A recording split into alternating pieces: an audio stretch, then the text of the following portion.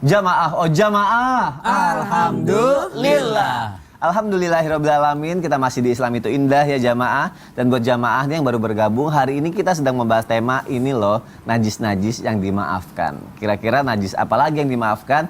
Aku mau nanya lagi sama Ustadz Syam. Ustadz Syam, anak aku si Zafi kan masih bayi tuh. Tiba-tiba dia gumoh gitu saat karena mungkin kebanyakan nyusu atau apa gitu.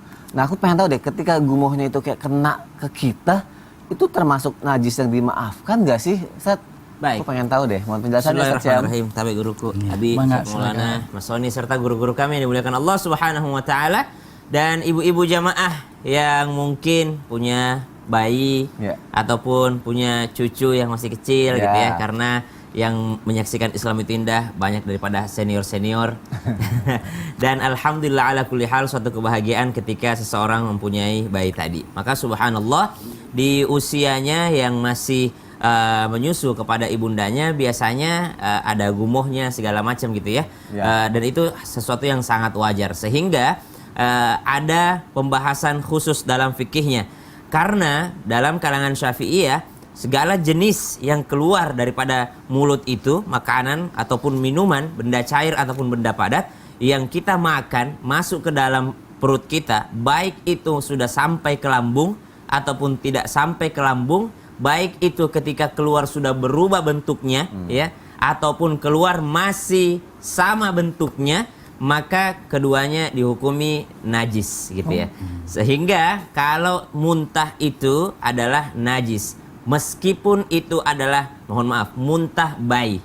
Meskipun itu adalah muntah bayi, tetap hukumnya najis. Namun kalau itu adalah muntah bayi, adalah dimaafkan. Nah, jadi kan yang kita bahas hari ini adalah najis tapi dimaafkan. Bukan berarti najis kita ubah statusnya menjadi tidak najis, tidak. Tetap kalau najis ya tetap najis, namun dimaafkan. Maka setengah mati juga seorang ibu kalau misalnya dia menyusui lalu dia mau sholat harus membersihkan semuanya. Padahal biasanya anak kecil itu kalau dia, mohon maaf ini, menyusu, ada yang kembali lagi, mohon maaf, ke dada ibunya atau ke badan ibunya.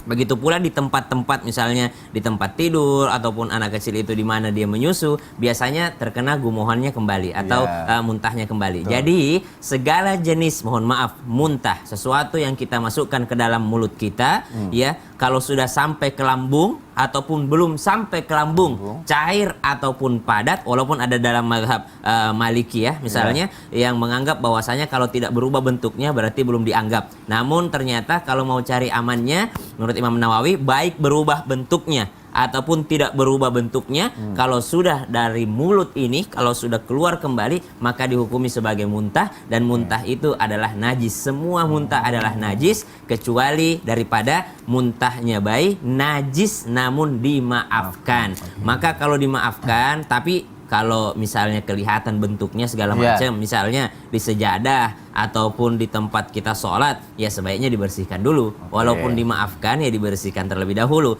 Ya kali kita sholat dengan ada sesuatu di sana kan tidak nyaman juga gitu loh. Jadi bukan hanya sekedar menghilangkan najisnya atau membersihkan daripada kotoran yang ada, tapi kita sholat juga cari nyamannya gitu kan. Kita membahas tentang najis-najis yang dimaafkan, bukan berarti oh kalau itu enggak usah dibersihkan. Enggak usah dibersihkan kalau menyulitkan. Tidak usah dibersihkan kalau menyulitkan. Tapi kalau sangat mudah untuk membersihkannya, apalagi zaman sekarang ada lapnya lah, atau anak kecil itu pakai apa namanya? Ada celemeknya ya.